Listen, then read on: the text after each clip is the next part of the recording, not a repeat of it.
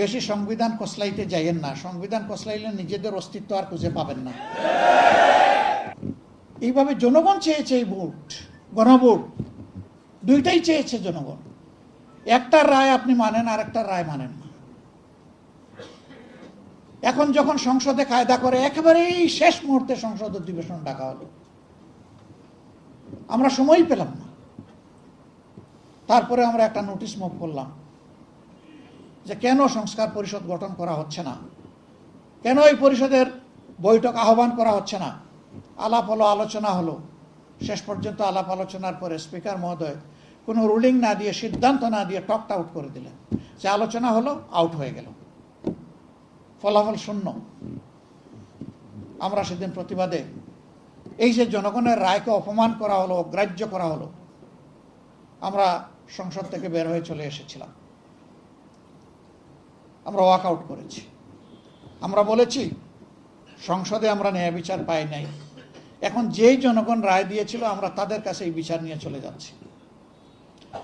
আমরা চাইনি ময়দানের আন্দোলন আমরা করব।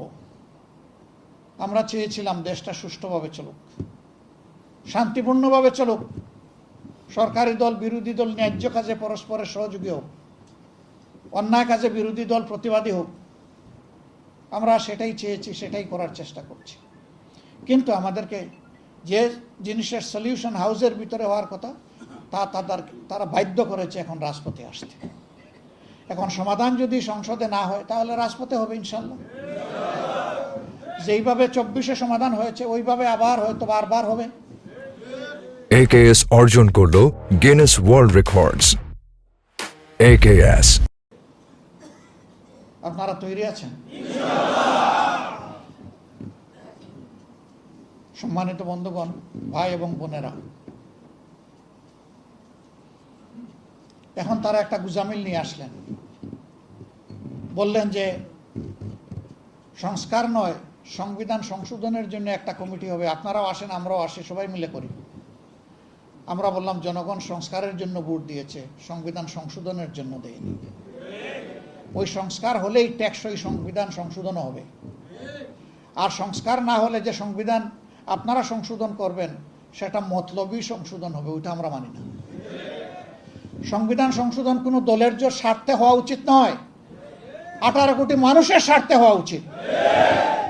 আমরা এই জন্য ওই কমিটিতে সায় দেইনি, কিন্তু তারা লেগেই আছেন আমাদের পিছনে, একটু সায় দেন, একটু সায় দেন, একটু সায় দেন। সংসদের ভিতরে বলছেন, বাইরে বলতেছেন। আমরা পরিষ্কার বলে দিয়েছি, আপনারা জনগণকে অপমান করতে পারেন, আমরা প্রিয় জনগণকে অপমান করব না। আমরা তাদের রায়ের প্রতি শ্রদ্ধাশীল থাকব এবং আমরা কনফিডেন্ট জনগণের এই রায় পাতালে ডুববে না, আসমানে উঠবে ইনশাআল্লাহ। এটাই বিজয়ী হবে ইনশাআল্লাহ। যত তাড়াতাড়ি হয় সরকার ততই তারা শুভবুদ্ধির পরিচয় দেবেন। যত দেরি করবেন নিজেদের ক্ষতি করবেন, দেশ এবং জাতির ক্ষতি করবেন।